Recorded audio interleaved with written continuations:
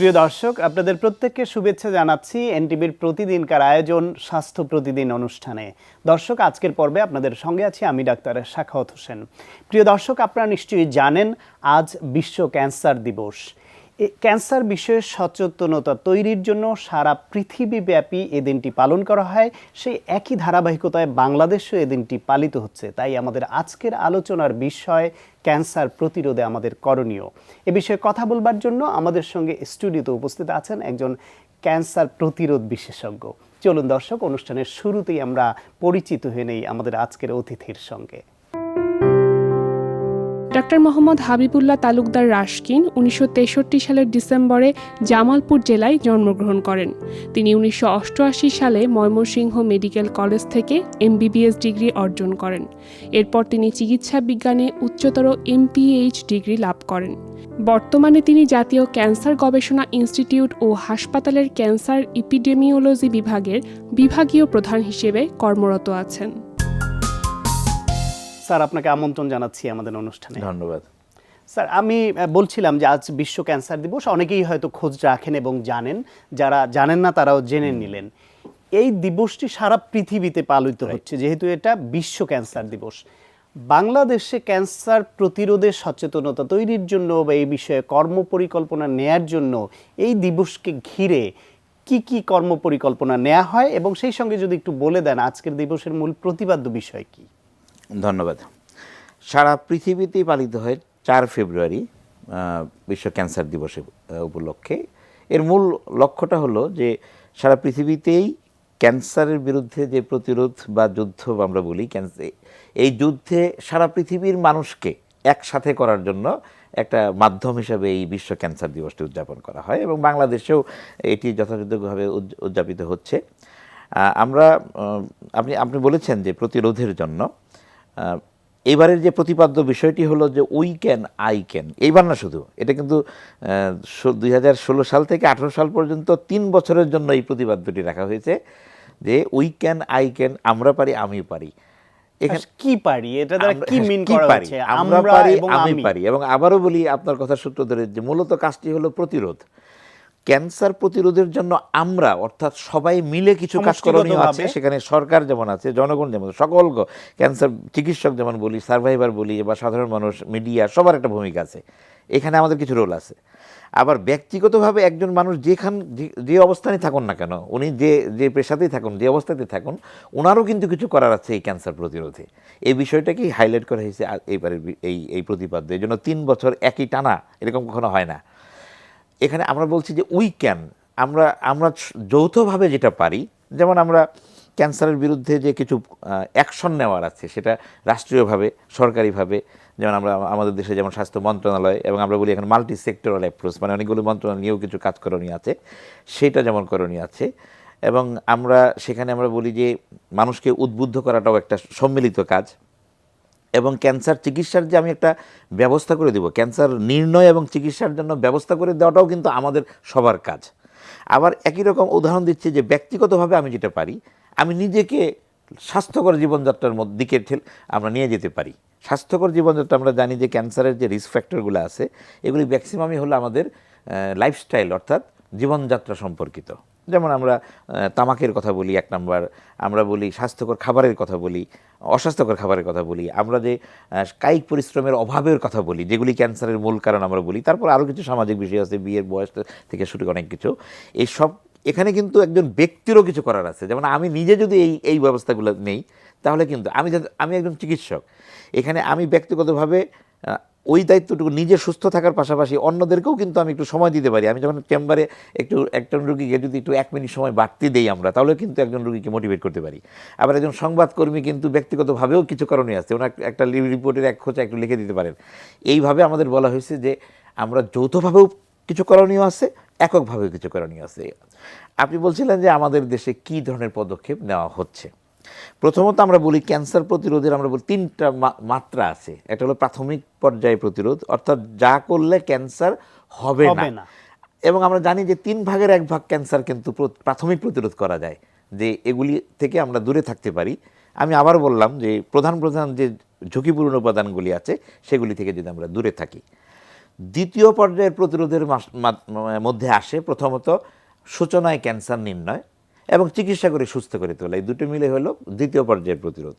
এবং এখানেও সূচনায় ক্যান্সার নির্ণয়ের জন্য প্রথমত দরকার যে ক্যান্সার সম্পর্কে যে কিছু সাধারণ তথ্য আছে সেগুলি সাধারণ মানুষকে জানানো হোক। যেমন ক্যান্সারের 7টি বিপদ সংকেতের কথা সারা পৃথিবীতে বলা হয়, যে অনেকগুলো ক্যান্সার আছে, সব ক্যান্সারের অনেক লক্ষণ আছে, এগুলি কম্পাইল করে 7টা বিপদ কমন যেগুলো সবগুলোর বেলায় ফুসফুসে কাশি, ভাঙা কণ্ঠস্বর, সহজে সারে না এমন কোনো ক্ষত বা ঘা, স্তনে বা শরীরে কোথাও চাকা বা পিণ্ডের সৃষ্টি, মলমূত্র ত্যাগের অভ্যাসের পরিবর্তন, তারপর ঢুক গিলতে অসুবিধা বা হজমের গণ্ডগোল, তিল বা আঁচিলের মধ্যে কোনো সুস্পষ্ট পরিবর্তন এবং অস্বাভাবিক রক্তক্ষরণ। তবে একটা কথা বলে নেই, এই ধরনের লক্ষণ এক বা একাধিক দেখা দিলেই ক্যান্সার হয়ে গেছে এটা মনে করলে মানুষ আবার আতঙ্কিত হয়ে যাবে। আমাদের বলতে হবে যে এই ধরনের লক্ষণ যদি 2 সপ্তাহ স্বাভাবিক যে হাতের কাছে চিকিৎসাটা পাওয়া যায় সেই চিকিৎসা নেওয়ার পরেও যদি না কমে তাহলে কিন্তু অবশ্যই একজন ডাক্তারের কাছে নিতে হবে, মাথায় রাখতে হবে এটি অন্য কারণেও হতে পারে, ক্যান্সারের কারণে হতে পারে, গুরুত্বের সঙ্গে নিতে হবে। তার মানে প্রাথমিক অবস্থায় নির্ণয়ের জন্য প্রথমত দরকার হলো এই লক্ষণগুলি জানানো, এবং দ্বিতীয়ত ক্যান্সার স্ক্রিনিং নামে যে পদ্ধতিটা আছে, যে লক্ষণ দেখা দেওয়ার আগেও আমরা ক্যান্সার নির্ণয় করতে পারি। এবং বিশ্ব স্বাস্থ্য সংস্থা বলছে আমাদের মতো উন্নয়নশীল দেশে আমরা 3টি ক্যান্সার ব্যাপকভাবে স্ক্রিনিং প্রোগ্রাম হাতে নেওয়া সম্ভব। একটি হলো স্তন ক্যান্সার, একটা জরায়ু মুখের ক্যান্সার, একটি হলো মুখগহ্বরের ক্যান্সার বা ওরাল ক্যান্সার। এই 3টি ক্যান্সারের মানে গণভিত্তিক স্ক্রিনিং প্রোগ্রাম নিতে খুব ব্যয়বহুল বা ওরকম বিরাট আয়োজন লাগে না, অনেক সহজে করা যায়। তো এইটি হলো আমাদের করণীয়। এবং সেই ক্ষেত্রে আপনি যেটি বলছিলেন যে উই ক্যান আই ক্যান, আমরা সবাই ভূমিকা রাখতে পারি, সবাই ভূমিকা রাখতে পারি। বাংলাদেশের প্রেক্ষাপটে এই ভূমিকাটা কোন পর্যায়ে রাখা হচ্ছে এবং এটাকে আরো বাড়িয়ে নেওয়ার জন্য আপনার পরামর্শ কি? আমি যদি একজন ক্যান্সার প্রতিরোধ কর্মী হিসেবে বলি তাহলে আমি মনে করি যে অনেক ব্যবস্থা নেওয়া হয়েছে এবং আগে থেকে অনেক উন্নতি হয়েছে, কিন্তু আবার যদি আমরা এভাবে বলি যে করার অনেক কিছুই এখনো বাকি আছে। যেমন সার্বিকভাবে বলা হয় যে ক্যান্সার নিয়ন্ত্রণের জন্য একটা জাতীয়ভাবে একটা যেমন আমাদের দেশে আছে ন্যাশনাল ক্যান্সার কন্ট্রোল কাউন্সিল, দুঃখজনকভাবে সেটি নিষ্ক্রিয়, যেখানে মাননীয় মন্ত্রী, স্বাস্থ্যমন্ত্রী যার প্রধান এবং ক্যান্সার ইনস্টিটিউটের পরিচালক যার মেম্বার সেক্রেটারি, কিন্তু এইটি একেবারেই বর্তমানে কাজ করছে না, নিয়মিতভাবে মিটিং হচ্ছে না এবং এখান থেকে কিছু কারণ। এবং জাতীয় যে একটা ক্যান্সার নিয়ন্ত্রণ কর্মসূচি সেই 2009 সালে সরকার গ্রহণ করেছিলেন 5 বছর মেয়াদের জন্য, সেটি কিন্তু আর আপডেট করা হয় নাই। তার মানে আমি এখানে একটা ঘাটতির কথাই বলবো, অনেক কর্মসূচি নেওয়া হচ্ছে কিন্তু একদম কেন্দ্রীয়ভাবে যে একটা ক্যান্সার নিয়ন্ত্রণ কর্মসূচির আওতায় একটা সুশৃঙ্খলভাবে নেওয়া দরকার, সেই দিকগুলো এগুলি একটির সাথে একটি সমন্বয়ের অভাব আছে। আমরা আশা করছি এগুলি বাড়বে, সমন্বয় হবে এবং আমরা আরো এগিয়ে যাব। কিন্তু আপনি বলছিলেন যে উন্নতি হয়েছে আমাদের দেশে, আমরা তো প্রতিদিনই সংবাদ মাধ্যম, চিকিৎসক বিভিন্ন জায়গায় শুনতে পাই বিভিন্ন রকমের ক্যান্সার খুব বেড়ে যাচ্ছে, এরকম একটা আতঙ্কের কথা শুনতে পাই। তো আপনি একদিকে বলছেন উন্নতি হচ্ছে, আবার শুনছি ক্যান্সার বেড়ে যাচ্ছে, এটা কেন? উন্নতি হচ্ছে বলছে, আমি এটুকু বলছি যে ক্যান্সার চিকিৎসার বিভিন্ন পদ্ধতিগুলো বাংলাদেশে আগে অনেকগুলো ছিল না, এখন এসেছে, মানুষের মধ্যে সচেতনতা বেড়েছে। তার একটা বড় জানার উপায় একটা আমাদের সম্প্রতিকালেই হয়েছে। আমরা প্রথমবারের মতো উপজেলা পর্যায়ে গিয়েছিলাম ক্যান্সার সচেতনতা, একটা জেলাকে আমরা নিয়েছিলাম, জামালপুরের প্রত্যেকটা উপজেলায় সকাল থেকে রাত পর্যন্ত ক্রস সেকশন অফ পিপুলের সাথে আমরা মিশেছি এবং একটা টিম আমরা গিয়েছিলাম ঢাকা থেকে। এবং আমরা যতটুকু ধারণা করতে পারি নাই সে মানুষের মধ্যে যে আগ্রহ, আগে কিন্তু ক্যান্সারের কথা বলতাম, একটা লিফলেট দিতাম, মানুষ কিন্তু শোনার অত আগ্রহ দেখাতো না। এখন কিন্তু মানুষ আগ্রহ ভরে সেটা শুনছে, গ্রামের একদম সাধারণ মানুষ পর্যন্ত দাঁড়িয়ে তারা আমাদের কথা শুনছে, আমাদের কাছ থেকে সেই লিফলেটটি নিচ্ছে, পড়ছে, বাড়িতে নিয়ে যাচ্ছে, ফেলে দিচ্ছে না। এরকম আমরা অনেক কিছু বলি এবং টেলিভিশনে যখন এই অনুষ্ঠানগুলি হয় আমরা জানি প্রচুর রেসপন্স পাই। আমরা এই থেকে বলতে পারি সচেতনতা বাড়ছে, কিন্তু সাধারণ মানুষের দোরগোড়া পর্যন্ত যাওয়ার জন্য যে কাজ সেখানে অনেক কিছু বাকি আছে। এবং আমি বলতে চাই ক্যান্সার বিশেষজ্ঞ চিকিৎসক যারা আছেন তাদের ইনভলভমেন্টটা তুলনামূলকভাবে কম। এখানে আমাদের পাঠ্যসূচির মধ্যেই নাই ক্যান্সার প্রতিরোধের কথাগুলো নাই, যে বিশেষজ্ঞ পর্যায়ে যে স্বাস্থ্য তথ্য হিসেবে বিভিন্ন শ্রেণীতে যে স্বাস্থ্য জ্ঞানের উপর যে বই আছে সেখানেও এটা সন্নিবেশ করা যেতে পারে। আপনি বলছেন এটা আমরাও বুঝতে পারি যে টেলিভিশনের এই প্রোগ্রাম, পত্রপত্রিকার বিভিন্ন রকম রিপোর্ট, আপনাদের প্রচারণা চেষ্টা, এর ফলে সচেতনতা বাড়ছে, বিশেষজ্ঞ চিকিৎসক তৈরি হচ্ছে, নতুন নতুন চিকিৎসা পদ্ধতিও বাংলাদেশে এখন সব অ্যাভেলেবেল। এটা যেমন একদিকের পজিটিভ ফিচার, আরেকটা ওই যে বলছি আমরা যে ক্যান্সারের হারও বাড়ছে।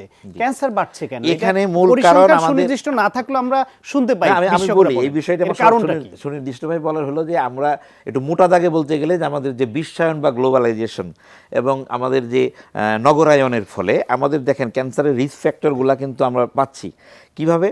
বিশ্বায়নের মাধ্যমে আমাদের খাবারের স্টাইলের মধ্যে পরিবর্তন চলে আসছে। আমাদের আগে যে সমস্ত জাঙ্ক ফুড বা যে সমস্ত এগুলি কিন্তু আগে ছিল না, এখন আমাদের এগুলি খাচ্ছে, এগুলি কিন্তু খারাপ। দ্বিতীয়ত হলো যে আমাদের খাবার দাবারের মধ্যে নানান রকম ফুড অ্যাডাল্টেশন, যেগুলো আমরা বলি যে বিষাক্ত জিনিস বা নানান রকম কেমিক্যালের মিশ্রণটা, এগুলি কিন্তু চলে আসছে। দ্বিতীয়ত যে আমাদের যে শারীরিক পরিশ্রমের কথা আমি বললাম যে যার অভাবে অন্যান্য অনেক রোগ হয়, ক্যান্সারও হতে পারে, সেটি দেখেন নগরায়নের ফলে কিন্তু আমাদের মানুষের এখানে খোলা মাঠ থাকছে না। স্কুল কলেজ এই সমস্ত জায়গায় বাচ্চারা যা খেলাধুলা করবে, তাদের শারীরিকভাবে যে একটা সেটা কিন্তু হচ্ছে না। তারপর আমাদের আমরা দেখছি যে কর্মজীবী মহিলাদের মধ্যে এক ধরনের যেমন ব্রেস্ট ক্যান্সার বাড়ার একটা হলো যে তাদের দেরিতে বিয়ে হচ্ছে, বাচ্চাকে বুকের দুধ খাওয়ানোর অভ্যাসটা বা সময়টা তারা পাচ্ছেন না। এই ধরনের জীবনযাত্রার মধ্যে যে আমাদের পরিবর্তনটা আসছে আস্তে ধীরে, সেটি কিন্তু আমাদের এই যে ক্যান্সার বাড়ার দিকে নিয়ে যাচ্ছে। ফলে আমাদের শহুরে জীবনযাপনে বিশেষ করে যে আমরা আধুনিক হচ্ছি, সেটা আমাদের ক্যান্সারের ঝুঁকিও বাড়াচ্ছে। ফলে আমাদের আধুনিক হওয়ার দরকার, পাশাপাশি ওই ক্যান্সার প্রতিরোধী যে বিষয়গুলো আছে সেগুলো মাথায় রাখতে হবে। আশা করছি আপনার এই অনুষ্ঠান দেখার পরে আমাদের দর্শকরা আরও সচেতন হবেন। আপনাকে অনেক ধন্যবাদ স্যার। এনটিভিকেও ধন্যবাদ আজকের দিনে এরকম একটি অনুষ্ঠান আয়োজন করার জন্য। প্রিয় দর্শক, আমরা শুনছিলাম বাংলাদেশে ক্যান্সার রোগের প্রেক্ষিত এবং তার প্রতিরোধে কী করণীয় সে বিষয়ে অত্যন্ত প্রয়োজনীয় কিছু পরামর্শ। আশা করি আপনাদের কাজে লেগেছে। শিশুদের ব্যায়ামের আজকের এপিসোডে আমরা দেখাবো কিক বক্সিং। কিক বক্সিং হচ্ছে বলা যায় যে one of the most or best effective cardio activity. অনেকে দেখা যায় যে বার্ন করার জন্য মনে করে যে শুধু দৌড়ানো বা অ্যারোবিক্স করা, কিন্তু কিক বক্সিংয়ে যেটা হয় সেটা হলো যে আপনার পাওয়ারটা তার সাথে ইউজ হয়, মুভমেন্টগুলো হয়, হাতের পায়ের মুভমেন্টগুলো হলো, কিন্তু তার সাথে যখন স্ট্রেংথের ব্যাপারটা আসে, পাওয়ারটা ইউজ করতে হয়, তখন কিন্তু যেটা হয় যে আপনার শক্তির ব্যবহারের কারণে ক্যালোরি বার্নটা টোটালি ডাবল আপ হয়ে যায়। উঠতি বয়সী ওদের যে তখন যে শারীরিক চেঞ্জগুলো হয়, তখন দেখা যায় অনেক ক্ষেত্রে ওরা এনার্জিটা রিলিজ করতে পারে না বলে খুব অ্যাগ্রেসিভ হয়ে যায়, বা ঘরের ভেতর ভাঙচুর করে, বা অল্পতে খুব রাগ হয়ে যায়, বা এই ধরনের একটা মুভমেন্ট আসে। তখন কিন্তু উল্টে যেটা বলে যে বিষে বিষ ক্ষয়, ওদের ওই ফাইটটাই বা মারামারিটাই যদি আপনি একটা অ্যাক্টিভিটির ভেতরে দিয়ে করাতে পারেন, তাহলে যেটা হবে যে ওর এনার্জিটা রিলিজ হয়ে যায়, রাগ ঝাড়ার কষ্টটাও তার দূর হয়ে যায়, এবং তখন দেখা যায় পাশাপাশি তার শরীরের গঠনটাও তৈরি হয়, এবং পাশাপাশি সে একটা ডিসিপ্লিনড ওয়েতে লাইফটা বিল্ড আপ করাটা শিখতে পারে। তো এখানে আমরা অনেক কিছু বললাম, বাট আমরা আজকে দেখব যে কিভাবে কি মুভগুলো, কিক বক্সিংয়ের মুভগুলো আমরা ইউজ করতে পারি এবং সেগুলো কিভাবে করতে হবে। আমাদেরকে এখানে হেল্প করবে ছোট্ট বন্ধু লিও, আর আছেন আমাদের সাথে কমব্যাট জিমের fitness instructor mister Azam Khan. Okay Leo, start. আমরা দেখব যে hook and uppercut and then side kick. Okay Leo, go. And again, yes, uppercut, side kick, last time. Okay fine. এখানে আমরা দেখছি যে আমরা যে মুভগুলো করলাম, hook, uppercut and side kick, প্রতিটাতেই যেটা আমরা দেখলাম যে মিস্টার আজম ওনাকে হেল্প করলেন যে ঠিক টার্গেট মতো। তার মানে হচ্ছে যে আপনি রাগে অহেতুক হাত পা ছড়াছড়ি করলে যেমন হবে না, তেমনি ব্যায়ামের ক্ষেত্রে যেটা করতে হবে যে ঠিক কন্ট্রোল, প্রিসিশন, ঠিক জায়গাটায় তাকে রাগটা ঝাড়তে হবে বা অ্যাটাকটা করতে হবে, এবং তাতে যেটা হবে যে আস্তে আস্তে তার এনার্জিটা রিলিজ হয়ে যাবে, এবং সেটা একটা গঠনমূলক, যেটা আমি বলবো যে রাগ ঝাড়ার মাধ্যম এটা না যে মারামারি করেন, বাট দেখা গেছে যে যারা এই সুযোগটা পান তারা আস্তে আস্তে ডিসিপ্লিনড একটা ওয়েতে চলে আসেন, এবং শিশুরা তারা এই মুভমেন্টের মাধ্যমে তারা বুঝে যায় যে মারামারিটা কখন করতে হবে, কখন করতে হবে না, বা আদৌ কোন পজিশনের জন্য কি করতে হবে।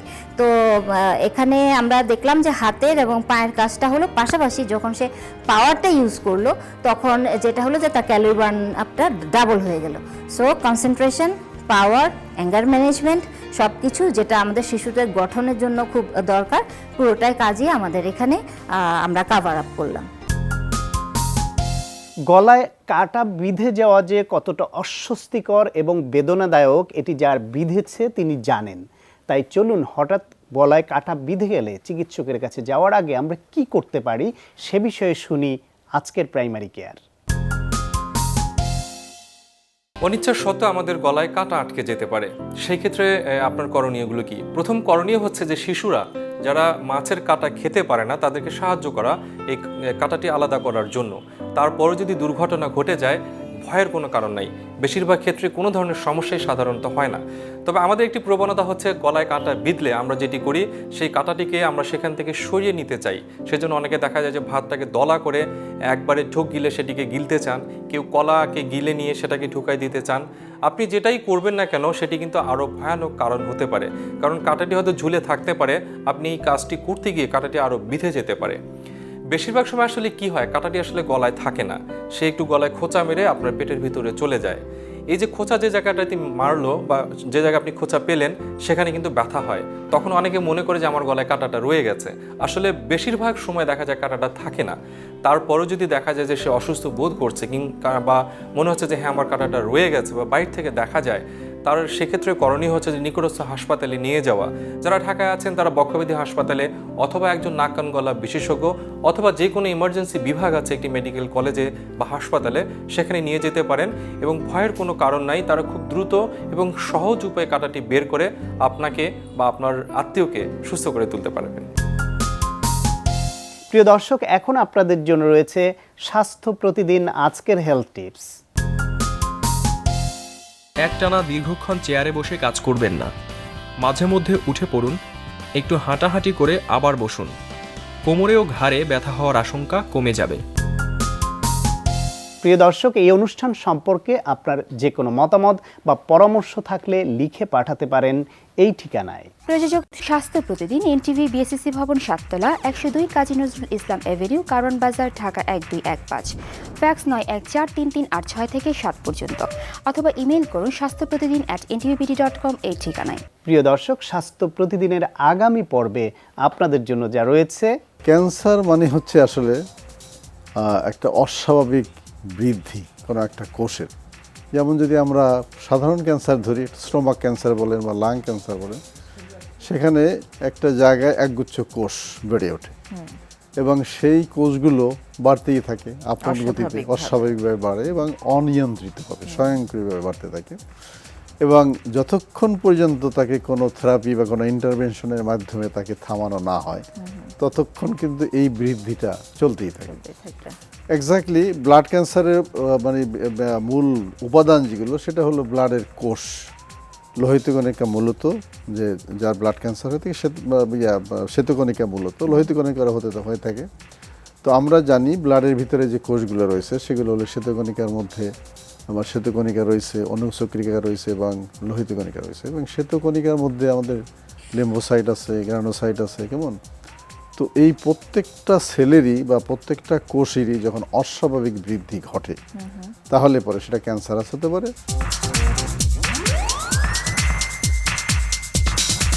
প্রিয় দর্শক, বিশ্বের যে কোনো প্রান্তে যে কোনো সময় এনটিভিতে সম্প্রচারিত আপনার প্রিয় স্বাস্থ্য প্রতিদিন অনুষ্ঠান দেখার জন্য ভিজিট করুন আমাদের পূর্ণাঙ্গ ওয়েব পোর্টাল www.ntvbd.com। দর্শক, আজ এ পর্যন্তই। সবাই ভালো থাকুন, সুস্থ থাকুন এবং অবশ্যই নিরাপদে থাকুন। দেখা হবে আগামীকাল ঠিক একই সময়ে নতুন কোনো অতিথি নিয়ে।